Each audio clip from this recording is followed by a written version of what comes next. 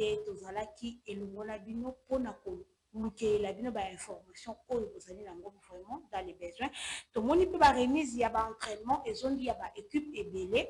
Tomoni pe ke ba différents clubs oyoyo bazo préparer déjà à conséquence pona koluka ko répondre championnat oyo na ndenge vraiment ya kitoko ezala vraiment un succès.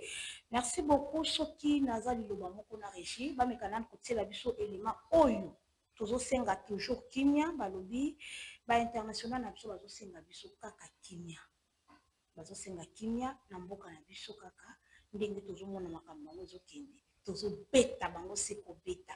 Merci beaucoup soki naza liloba moko na régie ba miko balancer ce mo joana ndi tozo ngasima. Botenabino, c'est Dimitri Berthaud. Et voilà, un gros soutien à la FARDC pour tout ce qui se passe à l'est du pays. Courage à vous. Toute la RDC derrière vous. Force à vous. Oui, bonjour, bonsoir.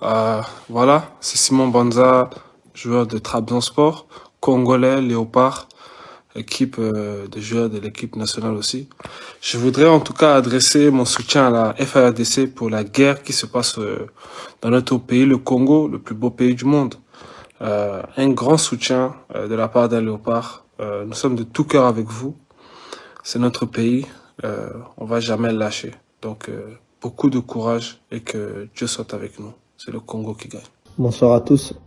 Aussi, moi, je voulais porter mon soutien pour la FARDC. À ce moment dur, vous menez la guerre. On est tous avec vous et que Dieu vous protège.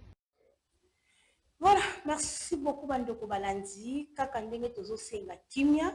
Elongo pe na molobeli na bino na mopanzisa ngona bino na komba bronzi bita. Nazo senga bino bolimbisi ndenge tozwi poso mobimba. Tolekite bino mo boyebi kaka makambango. Santé eningana ki mwa mukie. Yango moni ke nous tubandi ko peselela bino basango te bino mo pe boyebi ke basango penza ya ko peselela ezalaki te ba championnat na biso esilaki tozalaki lisusu na contact na bandeko na biso oyo bakendaki kobeta ba compétition na biso te na ndenge pe santé ninganaki yango pe ko senga bino bolimbisi na équipe technique na mobimba ba bio kaso mobimba to sengi bino kaka bolimbisi ndenge bobengaki ndenge bobandaki kotuna na ba o ba encourageaki na ba o penza ke non babandaki koloba mama bita bika zongela biso na zongeleli bino en tout cas bolimbisa biso na mwa poso oyo penza mobimba topeseli bino basango te yango tozosalisa mpona kopesela bino lokola momesano. Alors na osenga vraiment na régie ameka kotiela biso élément wana ya président na biso ya Dibombagi Mafuta ndenge aorganizaki championnat ni compétition wana pona ba athlètes ba pemati pona ba athlètes bazala toujours au top ndenge akutani pe na ba international na biso ndenge akutani pe na coach na biso soki naza vraiment liloba mona régie ba me kotiela biso élément wana ndi tukozonga si Nonda yeyo Mbote. eza le 18 finale eza le 13 septembre. Ah, ok. Ozala na Chikapa. Nayebi te, mais la Roya. Viens le bac à Ozala. Il faut finir. Ceux qui viennent ailleurs, toyer ensemble. Dès les gens de la solo, vraiment.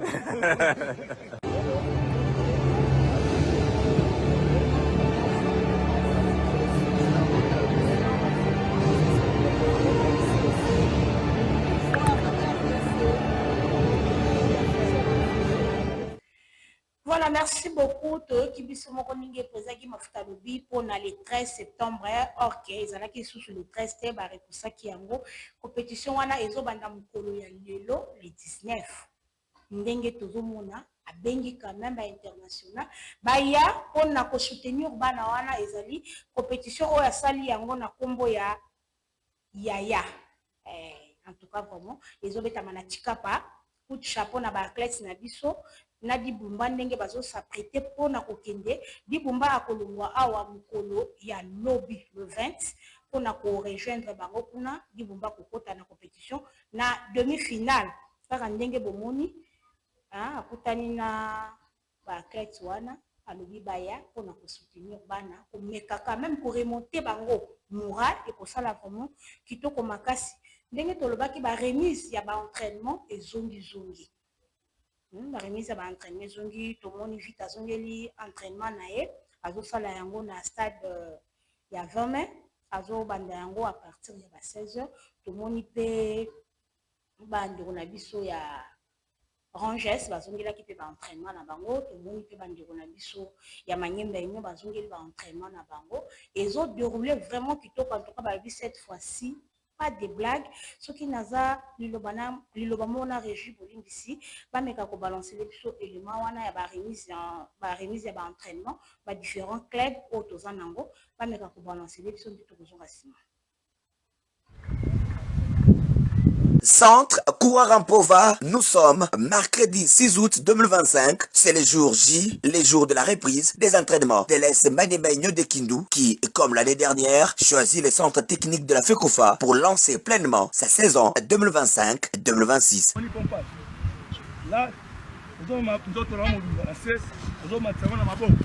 Les groupes se donnent déjà à fond au travail qui lui est soumis et pour cette première journée de reprise, l'accent est mis sur la récupération de tous. Le coach Kimoto, lui, est satisfait du répondant de ses poulains. Tout se passe très bien comme prévu, et dans la joie et la bonne humeur. Et je sens le chef de mes joueurs qui a envie de bien préparer. Avec près de 5 éléments partis à Nairobi, au Chad, le groupe vit bien et travaille d'arrache-pied, souligne le coach principal tout en martelant sur les départs qu'a connu son effectif. On n'a pas libéré tous nos noyaux. On a seulement transféré les joueurs qui étaient déjà sur notre liste de les transférer. Il y en a un groupe de joueurs qui ont déjà resté plus de 3 ans. On voulait leur donner la chance d'aller voir ailleurs. Et il y en a les autres qui ont se sollicité. Ils sont partis en transfert libre, donc on n'a pas voulu retenir les joueurs contre leur propre gré. Mais dans tous ces mondes-là, tous ces joueurs-là qui sont partis sont au nombre de 6. Et il y a des titulaires indiscutables. Là, il faut trouver d'autres joueurs, ceux qui vont transférer pour essayer de les remplacer. Mais les noyaux, l'ossature restent les mêmes. Et ce jeudi 7 août 2025, toujours à la pelouse synthétique de Centre Kourara, les Kambelembele se montrent à nouveau très engagés, eux qui ont l'habitude de démarrer tôt leur préparation de la saison. Ici, l'ambiance est à nouveau bon enfant. On a 3 étapes dans cette phase de préparation. La première, c'est celle-là. Et, on commence avec les renforcements musculaires, la capacité d'endurance, ainsi que construire un corps avec une ceinture abdominale bien ferme. On fait de la capacité d'endurance et l'endurance fondamentale, ainsi que la renforcement musculaire. Voilà ce qu'on est en train de faire dans cette première phase. Et après cela, on va encore retracer les objectifs à atteindre. Qualifié pour la prochaine Coupe de la Confédération, Manyemba Union ne veut pas être en retard dans sa préparation. Un tournoi est d'ailleurs programmé en Namibie dans les jours qui viennent. Déjà un programme bien établi. On est invité en Namibie pour aller participer dans un tournoi du 23 au 29. Donc c'est cette phase-là qui va être notre deuxième phase de préparation. Et on va essayer de multiplier des matchs amicaux après ce tournoi là-bas de ces côtés-là, si cela va être possible. Et voilà, et puis la troisième phase de préparation, ça va être, je pense, pour aller chercher la perfection à un éventuel premier tour de la qualification pour les interclubs de la CAF. Qui vers le loin ménage sa monture, dit-on, les unionistes de Kindu restent concentrés dans leur quartier général, ici à Kourara, pour mieux préparer la saison et être prêts dans tous les fronts où ils sont engagés.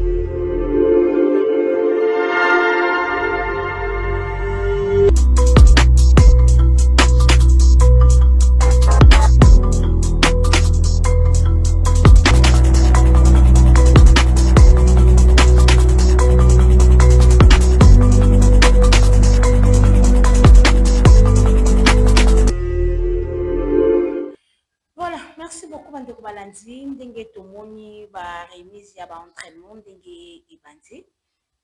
Tomoni manyimba nyon, tomoni les Aigles du Congo ndenge bazo sala ba entraînement na bango lokola mesano balobi 2025-2026 ekozala yombe, ekozala somo, ekozala suka ndenge kaka tomoni ba remise ba entraînement wana esali vraiment kitoko komona ete préparation ebandi bien avant.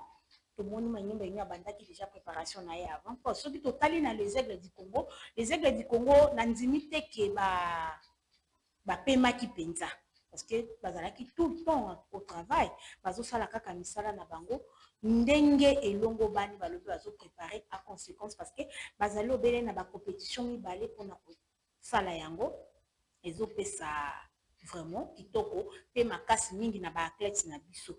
Alors na kosenga vraiment na ngambu ya régie batie la biso nanu élément wana hein ya ba joueur na biso nde tozonga sima et ça la nga vraiment kitoko tozo frapper c'est pour frapper o ayebi ki adversaire a kozala adversaire ya RDC a okutana na yango parce que RDC azo beta partout. Si nous avons vraiment le bon régime, on va balancer les petits dimanches, on rejoint à Sima. It's on me. Congo, DRC fans, love you. We support you. Afrobasket, this is for you. Country of Congo, this is for you. Let's go, RDC! Let's go! Peuple congolais, nous sommes ici présents à Luanda, en Angola, pour vous représenter. Je pense bien que vous êtes tous prêts à nous voir jouer. Nous nous sommes préparés en conséquence. Nous sommes venus pour avoir un bon résultat et vous ramener ce résultat au pays. Nous demandons votre soutien de loin comme vous êtes. Aidez-nous, soutenez-nous en prière et quoi que ce soit, nous allons vous ramener un bon résultat. Nous sommes ensemble. Voilà, merci beaucoup, Bandoko Balandi. Wan ezalaki match tobetaki na Rwanda. Tombanaki na bango. Esuka nango, toganyaki bango toujours. Poto la ki se ete RDC ezali eloko ya masanute. RDC ezali sika oyo basimbaka te. Soki oye ko simba ye, ako simba yo partout. Ako simba yo partout, tout le monde vraiment ba athlètes na biso, ba international na biso ya basket. Ba lakisi vraiment ete RDC ba touchaka yango ko yana loyenge te parce que ko yana loyenge ko kutana. Tout le monde vraiment ndenge ba athlètes na biso ba petaki bazo sepela victoire na bango wana ndenge to gagnaki Rwanda ndenge to gagnaki vraiment Rwanda ezalaki esengo mingi to soutenir vraiment bango et to soutenir vraiment bango bande ko bazala Angola bokende vraiment ebele bokota lelo ebele pona ko soutenir ba athlètes na bino ya RDC baza wana pona ko sala honneur ya mboka na biso baza wana pona kosala fierté ya ba o bazo faire souffrir biso ya ba o bazo linga te que toi avancer na niveau ya sport ya mboka na biso ba o bazo luka kotela biso bakana ala ezopesa soni pe mawa lelo tozobeta na Cameroun ba débarrage.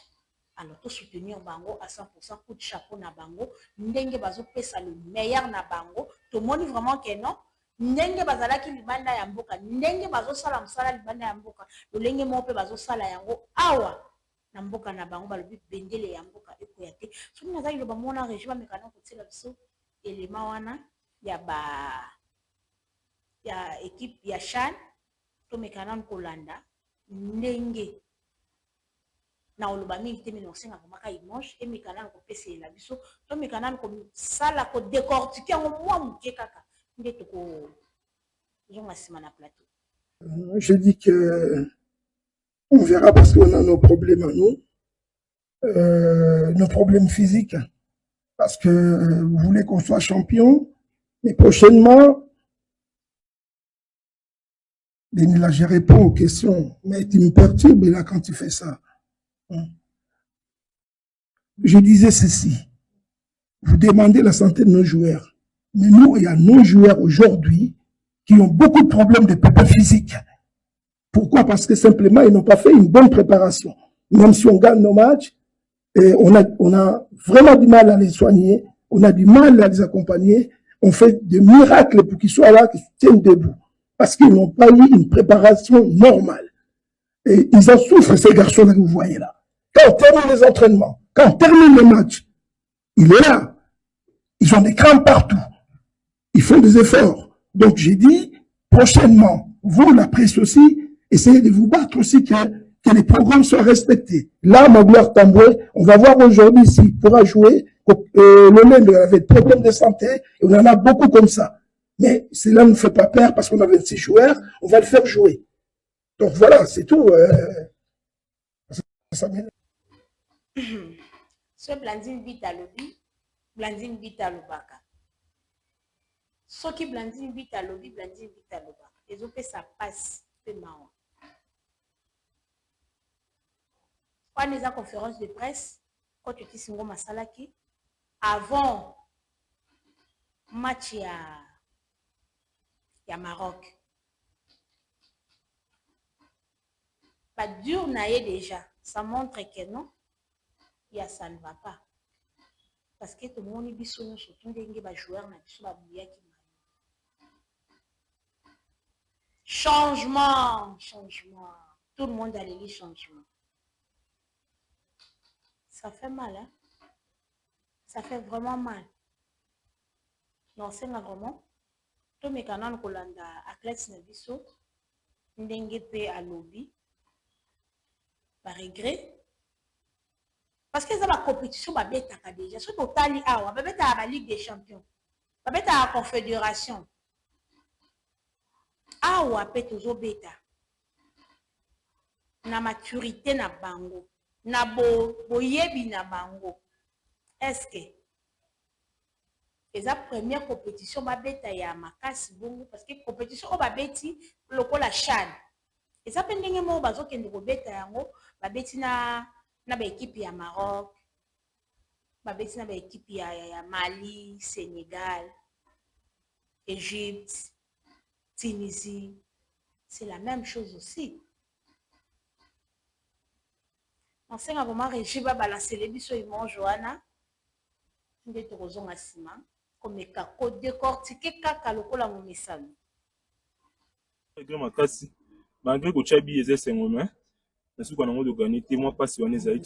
Les autres équipes maintenant doivent déterminer pour gagner match à l'eau, mais un résultat football. Toi un choix monsieur ça là. La première période, mon équipe vous avez Makasi. Mais la deuxième période, en fait, on dirait que vous avez un match de mine et les gars, les maquis ou bien physiquement, vous n'étiez pas au point. Bon, tous les mecs, bon, quand un peu au bas si bon, bah joueur il est deux ans, et quand même faut de compétition. Donc, il travaille sur la morale. Pour c'est remobiliser sous des gaps, ça sous des photos, on va localiser, on va profiter d'un mot. Babé peut jouer expérimenter, on va profiter pour gagner bis.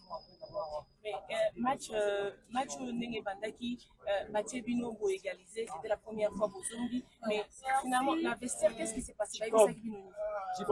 La vestiaire, motivation, c'est qui, quand tu vas motiver, il faut deuxième temps, tout ça sous effort, toute la qualification, mais sur le terrain.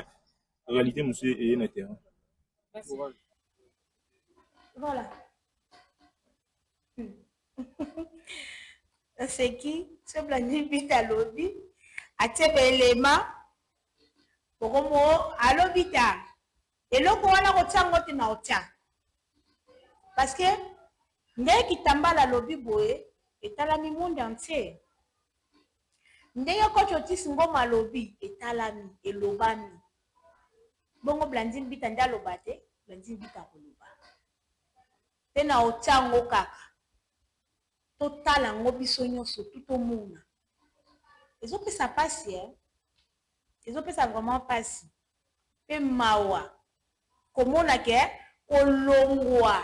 Ko penza biso mo na Congo to benga ngo générique. Na début à championnat to longwe. Et biso mo to zwa ki vraiment bale wana na maboko mais to tiki na biso na ba changement ya coach otisi ngoma il mérite même pas quand ndenge ye moko alobaki na ba dire na yeke non ayebi te ndenge kwa kokoma Kinshasa soki akozala toujours en tête ya CHAN neti nga selon nga Blandine Bita azala na été ba coach ebele bazo mériter kozala na place wana ba mériter yango tozala concentré tozala vraiment concentré parce que ndenge natali compétition oyo ebetami RDC tozalaki vraiment favori tozalaki vraiment na expérience hein? Mais ça fait mal les autres kaka pasi pe mawa Blandine Bita oloba kaka parce que naza na posa oloba te mobolinga kaka kolobisanga les autres ça passe sina iloba mona rejoindre me kotela biso nanu toyoka na ndeko coach Otisingoma alobaki tozonga la sima. Donc quand c'était 2 à 1, il fallait qu'on change parce que le joueur qui était sur terrain n'était presque plus. Donc on avait un milieu de terrain qui était dépassé. J'ai même commis une erreur. J'ai engueulé mon staff parce qu'on devait faire ces changements-là bien avant. Parce qu'il y avait des longs ballons qui tombaient derrière le dos de la défense qui faisaient que, comme notre milieu ne montait pas pour aller empêcher ces longs ballons-là, et les milieux étaient fatigués, c'est la raison pour laquelle on avait pris vite. Donc j'avais demandé ce changement-là bien avant, mais on a retardé. Donc là, je crois même que ce n'est pas la question que vous posez, le changement, non. On a retardé le changement. C'était une erreur technique de notre part, parce qu'il fallait le faire avant. Bon, après, maintenant, vous savez que quand vous êtes mis les 2 buts en 1, vous avez vu les circonstances de ces buts-là, but d'Ivar. On ne sait pas si c'est bon ou pas, vous êtes journaliste, peut-être que vous avez reçu votre vague dans mon téléphone, mais nous, on considérait que ce but-là était mitigé, ça pouvait ne pas être sifflé. Bon, après, maintenant, c'est le mental de nos jeunes qui n'ont pas suivi après. Donc voilà, le changement, oui, il fallait le faire. Merci coach, j'ai vu que vous venez de l'actualité pensée de RDC. Coach, vous dites que voilà, les changements ont été faits en retard. Mais si on voit la première période, on peut remarquer que votre approche sur ce match, c'était que vous vouliez jouer avec un bloc haut. Vous avez installé un bloc haut pour essayer d'étouffer les relances propres aux Marocains. Et après, ça a donné ce que ça a donné en première période. En seconde période, vous n'étiez pas vraiment dans le match, surtout avec l'Olindo. Et si vous pouvez un peu nous parler du pourquoi qu'est-ce que le Lendo a fini le match. Et deuxième question, coach, du pourquoi qu'est-ce que le Lendo a fini le match, parce qu'il jouait très haut aussi sur ce match, et ce qui a permis aux Marocains de combiner avec des courtes passes dans son aile. Et après aussi, si vous pouvez aussi nous expliquer votre coup de sang, nous avons vu du haut de la tribune que après une action sur Matogo, vous avez vraiment sauté en sanglots, quoi. Voilà, merci. Ma question. Les deux questions. Le coup du son, moi j'ai demandé à mes joueurs d'être calmes, parce qu'on connaît nos adversaires comment ils sont, on connaît aussi ce qui s'est passé à la calme. Donc on était sûr et certain qu'il allait nous provoquer, mais du moment où, j'ai demandé à mes joueurs d'être calmes, du moment où leur touche à insulter nos joueurs et le membre du staff, là, même si j'étais le pape Léon, je ne sais pas quel pape, ben, je ne pouvais pas laisser comme ça. Là, c'était injuste. J'ai pris un carton, c'est normal que je prenne un carton parce que mon rôle, c'est de défendre mon équipe et mon staff. Là, c'était une injure dont les cartons d'arbitre avaient bien entendu, mais qui n'a pas signalé. Alors là, j'ai pété les plombs, c'est tout à fait logique. Mais c'est pas ça qui a fait que le match puisse changer. L'Olendo, vous voyez très bien qu'on a un problème au niveau des latéraux. Vous m'avez posé la question la fois dernière, pourquoi j'ai fait jouer. Merci beaucoup. Tolandi biso surtout ndenge toki coach Otisingoma lobi ndenge ba poser question na ba confrère na biso ya Cameroun toki réponse na ye et ça la bien na ba onyo surtout balanda biso hein nebi kezo poza banda kolobi ah mama Bita vraiment est-ce que coach Otisako koloba Batamaeli, hein? Merci beaucoup na commanda Mathieu, na motel Fikin Denga sala kaka sécurité na ekitoko. Merci beaucoup. Kaka phare de babi phare de sendi makambo. Merci beaucoup na commanda Mathieu na motel Fikin mes excuses. Balobi nango Junior Bilele na motel Fikin na lobi Bita. Est-ce que Chan Oyo, soit Toyo Katna Biswatayu, Bilele, Junior. Merci beaucoup. Na obo sala biso kaka na Congo bo pesa biso passe. Yango monelo na esa bino toko kanisaka Florent. Toko kanisaka Florent toujours. Mutu wako ya koluka ko battre record na ye azate. Mais ezam na ba jeune entraîneur pe bazoya ba yebi pe travail ba yebi musala soki bo pesa bo mekana mpo ko pesa bango nanu bo pesa nanu bango pe chana ngo nanu ba batala ngo nanu ba meka pe nanu to mona coach Eric Chibaso mutu soki aye koluka kosala eloko malamu bolingaka ete bolinga ete bitumba likolo bitumba mais toujours sala kaka eloko moko eza mpona honneur na biso nyonso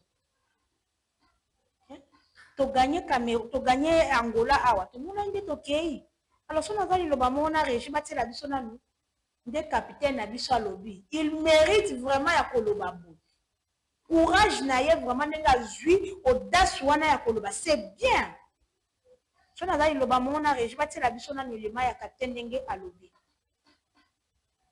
Parce que la bande équipe nationale depuis 2012, l'équipe nationale les a côté, l'équipe nationale les a catégorie nyonso. À chaque fois la catégorie nyonso va préparer bandara, ma va préparer bandara na retard. L'équipe nationale les a athée, l'équipe nationale les a catégorie nyonso. Ils ont nyonso faut te profiter na bonne wana tout banda préparation bien, tout banda mamna si bien l'équipe nationale les a athée. La bande équipe nationale depuis 2011. À chaque fois, la difficulté, ça va pas. Pour voyager dans ma tête, rassemblement dans ma tête, les jeunes joueurs bazar, les bons joueurs bazar. Malgré qu'ils sont aux affoutés, mais pour aider la jeunesse, les arts. La punition, c'est qu'ils sont sur les arts, l'équipe AT, que Maramna se fait Bandara. Souffrance, c'est à ma casse. Il faut penser Bandara en retard. Par exemple, nous, jouer bien, l'équipe nationale, l'équipe nationale, la catégorie, quel que soit le joueur bazar. Attends, il faut profiter pour. Là, ça va bon joueur. Malgré bazar le pays, mais il faut profiter pour la sélection. Merci beaucoup, Pandoro Balandi. Tu as commis vraiment na souka. Malgré que non, tu as ngonga ndesi ngonga, tu as violé moi ngonga bouquet, et ils ont fait ça passe paiement. Ils ont fait ça vraiment passer, comme on a vu quoi. Ma discipline est belle, mais tu as la discipline moko. La discipline moko wana, eza na ba branche belle.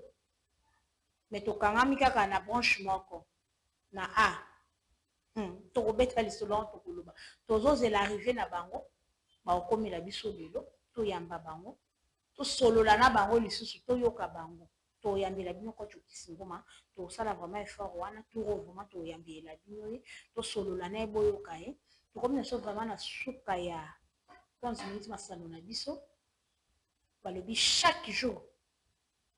Chaque jour, du lundi au samedi, tout l'andaka information à biso na 9h 15 minutes, 9h30 minutes, vous l'avez ici. Pour nous repasser la radio information à bino, pour obtenir vraiment na regarder ndenge, hein? Tozu peza poso mobimba, to pesa bino ba information à bino au bolinga kawana te, bolimbisa biso tozo senga kaka bolimbisi, équipe technique na mobimba na pesa bino kwa mboki ebele, balobi yoka son. Chaîne kaka moko po epesa bino basango ya kitoko basango malamu boy nde tokutani lobby même heure na basango mususu ya kitoko pe ya sika bye.